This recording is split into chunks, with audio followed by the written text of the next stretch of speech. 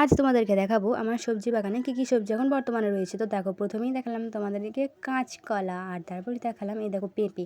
পেঁপে কিন্তু এই নতুনই হয়েছে, মানে এই স্টার্ট হওয়া মানে শুরু হওয়া স্টার্ট হয়েছে।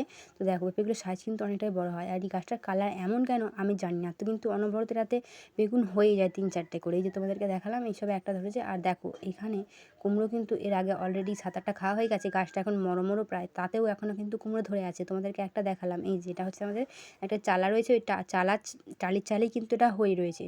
তো এরপর আমি তোমাদেরকে দেখাবো এই যে বেগুন কিন্তু এই বেগুনটা কিন্তু আলাদা, এটা বর্ষার বেগুন। আর দেখো গাছটা কিন্তু এখনও শেষ পর্যায় পর্যন্ত কিন্তু ফল দিয়ে যাচ্ছে। আর এই শীতের বেগুনটা এই যে সব সময়তেই হয়ে থাকে, এটা আগের বছর বসিয়েছিলাম, এখনও পর্যন্ত প্রতিনিয়ত বেগুন হয়ে যায়। অনেকে এই বেগুনটার নাম ডিম বেগুনও তোমরা বলে থাকো।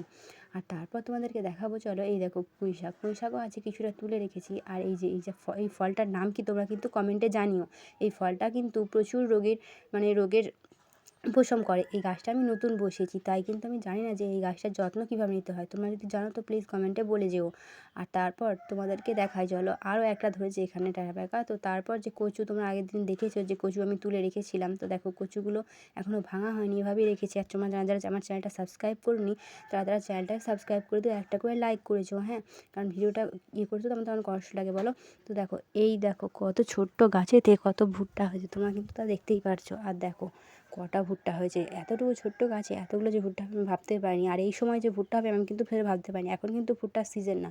মা বলে যে গাছ সুন্দর হলেই গাছে ফল হয়, সেটা আমি তাই চোখে দেখে প্রমাণ হলো। দেখো এত ছোট্ট গাছেও ছোটো ছোটো ভুট্টা হয়েছে।